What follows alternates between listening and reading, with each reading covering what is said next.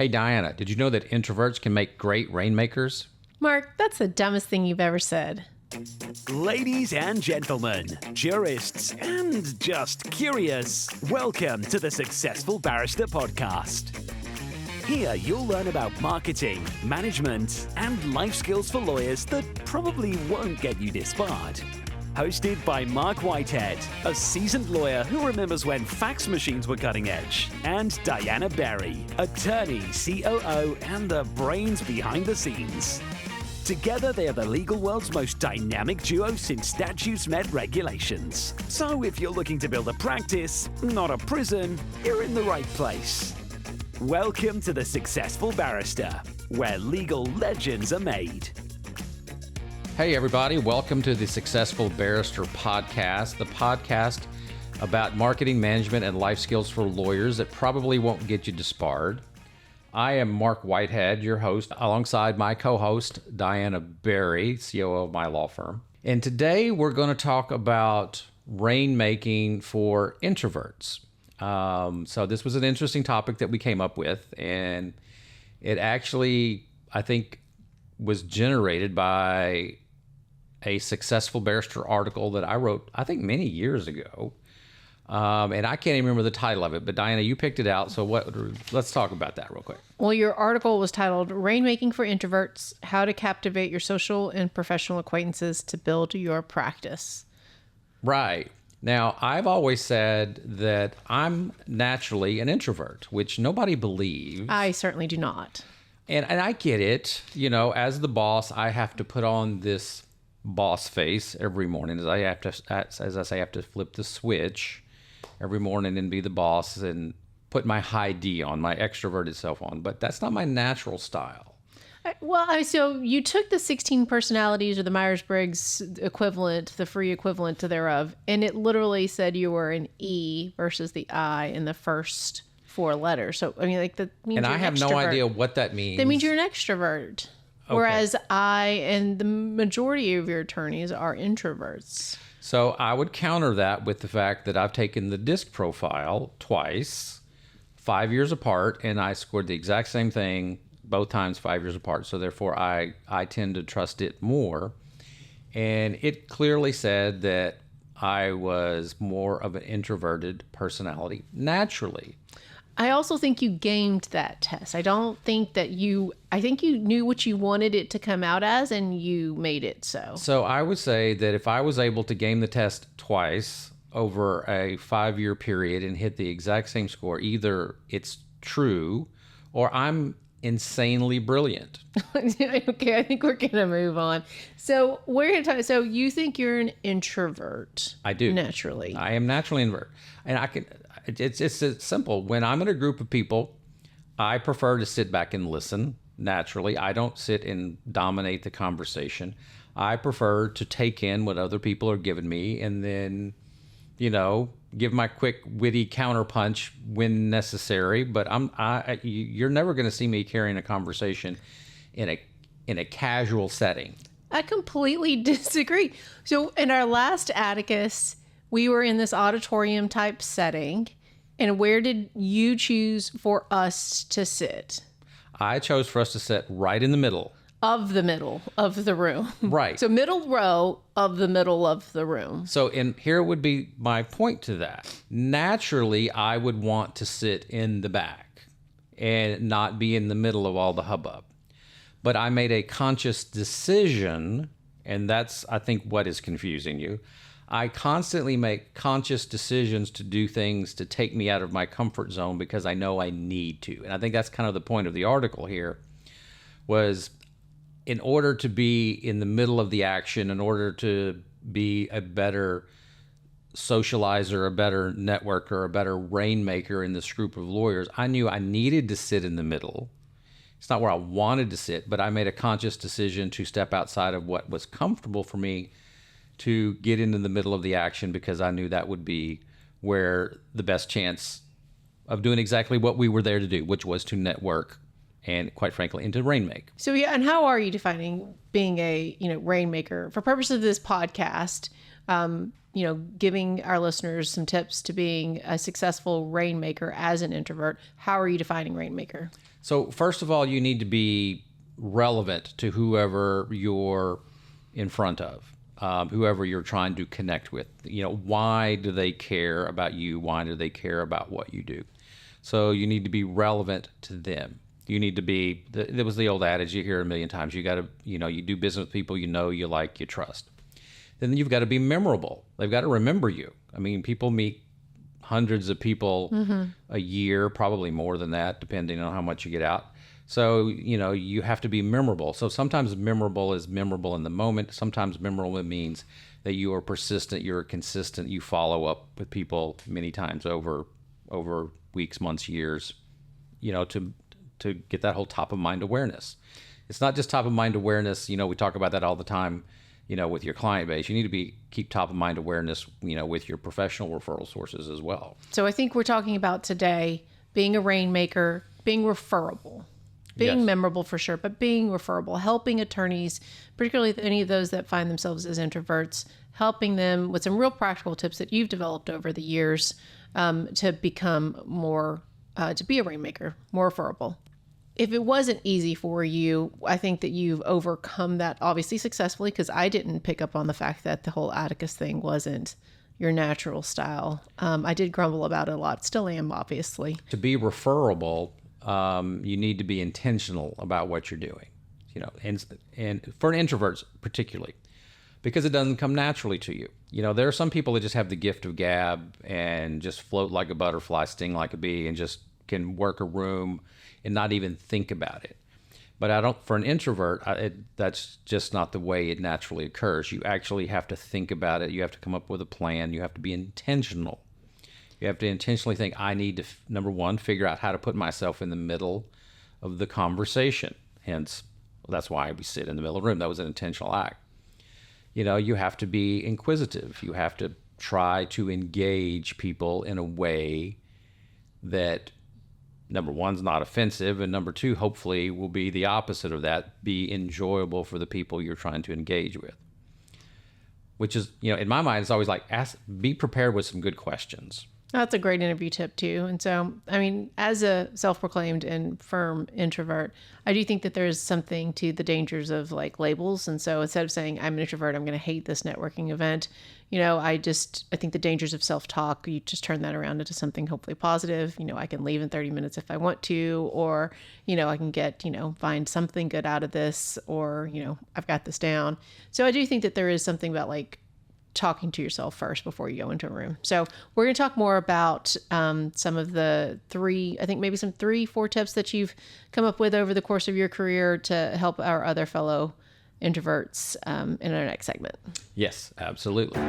This podcast is sponsored by Marc Whitehead and Associates, a national disability benefits law firm. Marc Whitehead runs a firm of over 60 dedicated people whose mission is to make a difference in the lives of our injured and disabled clients.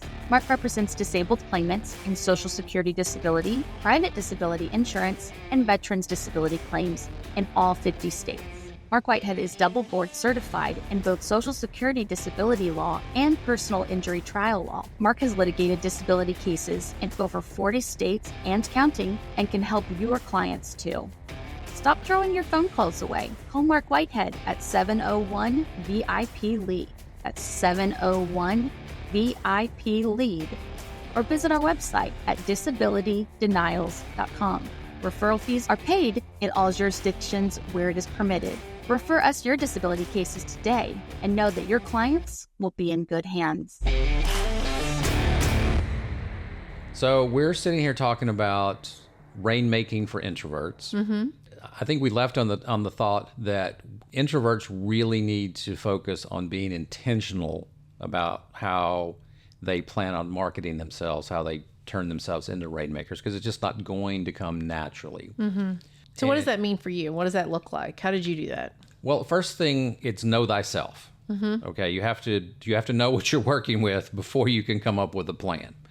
Again, I referred to the DISC profile that I've taken twice over a 5-year period. So anyway, what does the DISC stand for again? DISC is a personality profile test. DISC is an acronym for, I think the 4 domains are dominance, influencer, steadiness, and what's C? Compliance or conscientiousness. Conscientiousness, compliance. And People tend to fall somewhere in one of those 4 categories. I'm a high S, which means I'm a steady person. I'm going to have some C in me. So the I is what usually tells, it's shorthand for whether you're extroverted or introverted. There's a lot more to that, guys, but that's kind of how I shorthand Right, that. and I don't have a tremendous amount of I in me. But again, your disc profile is not your destiny. It's just your tendency. It's where you're comfortable. So I recognize that I am not terribly comfortable being the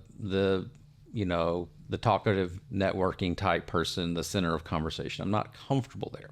It's not that I can't do it, but it's just not where, if I had my choice, that's not where I would be. Okay. Yeah. It requires extra energy. It requires extra thought. It requires extra effort. So knowing thyself, it means I need to be a little bit more intentional about what I do. I need to think about how, if I'm going to try to insert myself into a group of people, how am I going to do that? I personally prefer to do it one-on-one as opposed to in a big group. Same. To me, a big group is 3 or more. So I like to have one-on-one conversations with people. To me, that's just more of a natural thing. So if I see a group of people, I might try to peel off 1 or peel off 2 and get them in a separate group if I really, really want to talk to these people. So I think that's the kind of the second part of this is, picking your battles, quite frankly. If you work in a room, who do you feel you need to talk to? You need to kind of think about that. Can this person, number one, is this going to be an enjoyable conversation? Because quite frankly, you're not going to do any of this if you're not enjoying the end result. You may be a little apprehensive to start with, but you want to enjoy yourself. Say you're at a cocktail party or you're at a luncheon or whatever. Is this somebody that I'm going to enjoy talking to? But secondly, is this somebody that could help along the way? Not necessarily that they could be a referral source, but they could lead you to a referral source, or they could lead you to an avenue that you hadn't thought about. So you want to be kind of intentional about when you work a room, who you approach, who you talk to. The worst thing you can do is go talk to the same person over and over again. You have that. If I have a friend in the room, I can talk to my friend later. I want to go talk to other people in the room. I want to get to know people. I want to get to develop the conversation. Well, I'm definitely on the disc. So going back a couple thoughts ago, I am firmly a 6 on the I. So I'm absolutely 6 out of 100. 6 out of 100. So I'm absolutely an introvert. And so some of the things that I've learned, especially as I've gotten older, is I don't do the big events anymore. The happy hours, the big, networking, like where everybody, at the big HTLA happy hour. I just don't enjoy those as much. I'm certainly not going to get as much out of it as, say, a smaller group. I recently, a couple months ago, went to the Pilma Mastermind in Asheville. You unfortunately couldn't make it. You and Tina couldn't make it because of weather delays. I was able to fly out, and it was an incredibly enjoyable event. There were probably maybe 20 people in the whole event, or the whole, couple of 3 days that I was there, and I got a lot out of it. That's where I excel. So I put myself in a situation, in a place where I could be successful. So over time, I've just stopped doing what everybody else does and going to the events that everybody else does, because they're just not as successful for me. And actually, I do think sometimes that I go up to my friends because it's a great way for me to get over my nerves. I'm walking into a room where I don't know anyone, so I'll go up and be like, okay, friendly face, and they might be talking to someone I don't know. So it's a great way to kind of introduce myself to someone I don't know and kind of get over those first few little jitters of networking. I think if you're in a big room and you're not comfortable, what I would focus on is to try to have as many nice, brief, short conversations as you can, and try to gather people's cards, information, their name, and then you follow up with them later on a one-on-one basis. Hey, you want to go have a cup of coffee? Hey, you want to go have lunch? Hey, can I come by your office and we can discuss a few things? And then you use that time to make the contacts to develop the one-on-one conversations later. I think the best tip I ever got in marketing was, it's not how many cards you give out, it's how many cards you get back. No, that's a and good what point. you do with the cards that you get back. On our end, so when I get cards, I try to do one-on-one follow-ups, maybe write a thank you note, make a phone call, send an email, something to try to further that relationship. The other thing we do is I stick them in our database and they get on the Successful Barrister newsletter. So they're going to automatically get followed up with the newsletter, even if I don't do it on a one-on-one basis. So you're staying top of mind to be a referral for them. Stay in the top of mind. But I think the biggest thing that I do is I try to be a resource to people. It's not like what can they do for me, it's what can you do for them. And if you can do things for them, all of a sudden you are top of mind on their list, and that's when you get the referrals. That's when you get them recommending you to other people. For example, so I hang out in the personal injury world, even though I don't do any single event personal injury any longer. But one of the key things that happens over and over and over again with PI lawyers is they get into mediation and they find out all of a sudden that their client's on Social Security disability or SSI. And they're like, oh crap, this is going to screw up my whole mediation. I don't know what to do. I've told that scenario to a lot of lawyers and they forget about it, but they think about it all of a sudden when they're in mediation. And I will get so many people texting me or calling me in the middle of the mediation. Mark, I just found this out. What do I do? What do I do? What do I do? Yeah, I've actually prepared a handout that I can email them directly, giving them instructions on how to handle this situation, particularly when you're in the middle of a mediation. So I've made myself a resource. Same thing with special needs trusts. People will call me, PI lawyers will call me about special needs trusts. Even though I don't particularly do special needs trust, I know about them. They kind of fall within our strike zone. So you try to make yourself a resource to people. I have how-to books on various subjects about things that we do on disability, on long-term disability, on VA. I make myself a resource by giving those books to my referral sources. They probably don't read the book, but it's sitting on their bookshelf and they see it, and it's a resource to them that they know that they can pick up when they need it. Yeah, so it's definitely reframing the way you think about business development and being a rainmaker. It's not about what you're getting, it's about what you're giving. Yes, it's all about giving. And people love givers, and people like to reward givers. Yeah. If you do a favor for somebody, people feel obligated, to do a favor back for you. Very helpful tips those resonated with me as an introvert. I also think that you do need to have a good elevator pitch, which is basically a way to describe what you do in a memorable way. Just bang, bang, bang. Do you know yours? Oh, now you're going to put me on the spot. You want to start it with something memorable. And the way I say it is, well, I'm the luckiest lawyer out there because I get to go to work every day and I get to help disabled workers and veterans with their disability claims. And what's the hook? I'm the luckiest lawyer out there. A lot of lawyers, dread their jobs for whatever reason. And well, that's a whole nother podcast we can talk about. But I started with the hook. I'm the luckiest lawyer out there. I get to go to work every day and help disabled workers and veterans. That's a very short, simple way of describing exactly what we do. And it definitely begs a follow-up question because a lot of people still don't know what that means, right? Right. So it's Absolutely. like, wait, so you help with Social Security, what? And right. So it definitely encourages conversation in a new setting. Right. It's a hook. It piques their interest. It evokes questions, follow-up questions, and then you get to talk about yourself, not in an obtrusive way, because you're just forcing it on them. You're just answering their questions. Yeah. So I've always found that was a good little hook. So I need to go trademark this before people go steal it. Yeah. Yeah. Well, yeah. So just say TM now, and then they'll trademark. We got to TM that. Yeah, I don't have such a good hook, but I'm good with Diana Berry, COO for Marc, Whitehead and Associates, National Disability Law Firm. Yeah. So I think we're going to wrap up in our next segment with kind of what you thought was the key to your success with networking as an introvert. Absolutely. This is Marc Whitehead, lawyer, entrepreneur, and business coach. Thanks for listening to the Successful Barrister Podcast. If we've stirred your juices, hit me up with an email at marc@markwhitehead.com. Remember, Marc is spelled with a C. And get on the Successful Barrister newsletter mailing list. Even better, let's set up a call. I'd love to talk to you about working together, talk shop, or just shooting the breeze. And so we were talking over the break about whether or not being unique is a good way to stand out as an introvert trying to be a rainmaker.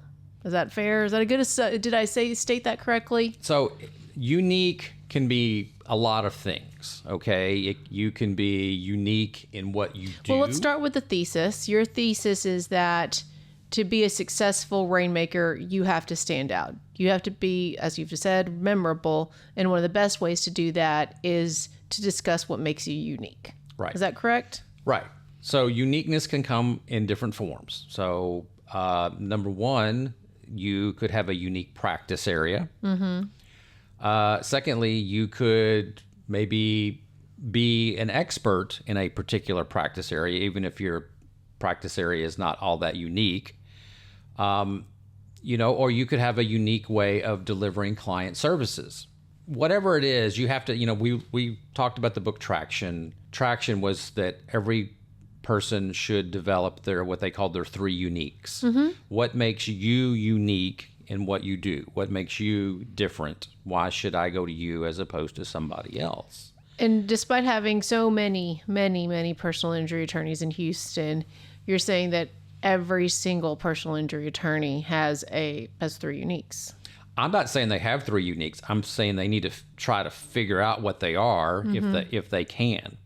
So yeah, if you can't figure that out, well, you got a problem. You better be memorable in some other way. Is this why you wear the fancy pocket squares? And the socks? Yes, I think that could be part of it. It's a good icebreaker. I think if you're in a public setting as a lawyer, dress snappy. Don't be a slouch. But you wear bright, colorful things. It's a good icebreaker. I've seen it more times than not at AAJ when we meet people. It's a good, the bright blue. People love the bright colored sports jackets. It is a good icebreaker, especially men like to compare. Believe it or not, men like to compare their jackets and who made your jacket, that sort of thing. We've just turned this into a fashionista podcast. I don't know how this podcast went off on a fashion podcast. That wasn't where I intended to go. I think I'm responsible for that one. But I do think that, so for introverts, it can be a bit daunting. Let me slip in the fact that I'm board certified into this conversation with this person I met 30 seconds ago. Right. And for me, it's almost like baby steps into the thing. Let me put myself into a room where I'm successful. Let me put, dress for females. Maybe it's a bag. Maybe it's your nails or something that's going to allow someone to have a conversation or to spark a conversation with you. Men, it's apparently your pocket squares and your bright blue jackets. And then you go from there, trying to find some more commonalities, because I'm very, very much an introvert. Right. Which again goes back to how can you stand out as an introvert? I think the best way that I stand out as an introvert is, I can present myself as an expert.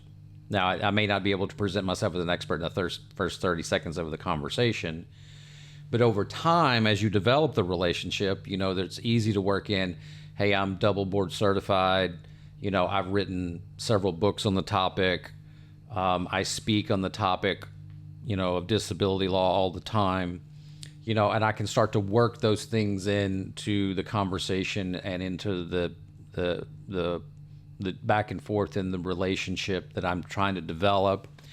I can demonstrate, hey, I can help you with certain resources. Hey, I wrote a white paper on this. If you'd like me, to send it to you, maybe this could help you out. Call me if you need anything. And I think that that's kind of our closing point, or at least our final point today, is that it took time. So especially for introverts, it can be hard to keep at it, right? Because it's so uncomfortable, reaching out to someone, asking them if they want to go to lunch. It's asking, for, how can I help you? Or, yes, remember me? And so I'm saying, oh, wait, I don't remember you from the, other 50 people that I met that day. And so over time, what are some of the things that you've done to stay successful as a rainmaker? So persistence is key. And that can come in a number of ways. Just keep showing up over and over and over again. Just keep showing up. That's half the battle. But then have some backup to that. So our Successful Barrister newsletter which is the genesis of this podcast. We have done for, 8 years now, somewhere in that neighborhood. We do 6 issues a year. It's directed specifically at attorneys. Once I make that initial connection and get that card from that attorney, well, they're on the list for life until they tell me that they hate me and take me off the list, which has happened 3 times, by the way. But then the other thing is that, you need to touch them in other ways. People who regularly refer us or even occasionally refer us, they're on our gift list. We give, I think we send out 3 gifts a year to our referral list, and we pick interesting times. I think we do St. Patrick's Day, we do 4th of July, and then we might do Halloween, not a traditional Christmas time because people get inundated with stuff around Christmas. So do it at odd times to make it stand out and make it memorable. I think this year we sent out 4th of July cookies. Just something like that. Then you stay top of mind with them. And then you physically want to call them, depending on how frequently they are, how much you want to move them up in the frequency chain on the referral. Try to call them or email them like once a quarter. And you've done lunches. I hear stories of you just scheduling out your lunches, almost at the beginning of the month so that you have a business development lunch, maybe once a week. And I think I've seen our more successful Selena, one of our associates here, does a great job of that. She has at least one business development lunch a week, and she's always cultivating each of her relationships. And so I think it takes consistency, like all things in life. It takes persistence, like all things in life, and really kind of just making sure especially for introverts, that one-on-one setting gives you a real opportunity to be authentic about your expertise. And that's really where it shines instead of just making it sound like I'm just here for your referral. You're just really developing a relationship. Right. So I think most books I read on the topic say the best rainmakers, make 3 marketing contacts a week. Mm-hmm. And what is that? That equates to somewhere around 160, 170 marketing contacts a year.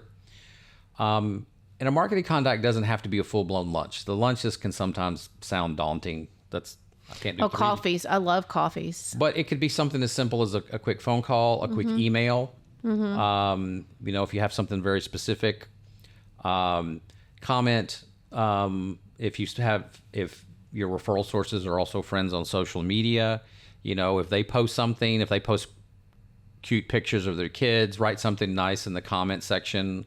I had a friend the other day, daughter just got married, posted pictures on Facebook. I wrote a nice little comment back. I know this is a great day for you. My daughter just got married, back in May. It was great for us. So happy for you. Simple stuff like that, but just keep in the game. Keep your head in the game, because this is a lifelong project. This is not a project that you can begin this weekend and it's over the next quarter. This will go on for your entire professional career. Yep, that's a great point. I know that you've been a member of AAJ for a number of years and you've gone to all those conferences, Atticus, so you've developed communities at each of these things. I've gone to Litify, which is the Litify conference 3 times. I'm going there next month. That'll be the 4th time. And it's interesting how just even in 3 years, I've developed that own little community and people are already on LinkedIn messaging, are you going this year? Let's meet up. And so consistency, I think it's easy, especially when you get busy, to say, okay, I'm not going this year. I'm not going to do that. But developing those relationships, like you said, take time. And so you'll see the fruits of those relationships over years. But the hardest thing is to do it the first time. Always. I will say that the first time I went to AAJ, I was lost. I went by myself, didn't know anybody, just stood around. And my introverted self was like, I don't know what the hell's going on here. I don't know anybody. But then I kept going. Mm-hmm. I went back again and again and again. And now you know everybody. And now I know everybody. I went with my wife and my family a couple of years back, the first time they'd ever been, and I walked in the room and there were 100 people that walked up to me, and my wife was like, how do you know all these people? It is daunting, even as someone who just goes with you. My introvert tends to kind of come back into my shell. I will give you this quick tip. When you go to a conference for the first time and you don't know anybody, most conferences have vendors. Vendors are paid. They're paid to be your friend. So if you want a friend and you don't know anybody, go talk to the vendors. Go to the exhibit hall. And they will give you all the attention you'll ever want. And guess what? They're connected. And they'll start inviting you to the after-hour parties, or they'll start inviting you to dinner, and they'll start introducing you to other people. That's a trick that I have learned at a lot of conferences is I always start with the vendors, because sometimes they have good things that you want to see. But more than anything, they're paid to be your friend. So they'll automatically be your friend. And some of my best friends to this day are still vendors. I hang out with them all the time because, they like me, and they like it when I buy stuff from them. Well, those are good referral relationships too. Absolutely. So, thanks, Marc, for your tip and expertise on the subject, one that's near and dear to my heart. So I want to thank everybody for listening today to the Successful Barrister Podcast, where legal legends are made. I'm Marc. And I'm Diana. And we are the dynamic duo of law. Remember to rate and review us wherever you get your podcast. If you enjoy this podcast, tell your friends. And visit us at successfulbarrister.com, no "the" there. And visit our sponsor, Marc, Whitehead & Associates, a national disability law firm, at disabilitydenials.com. Until next time, see ya. Bye.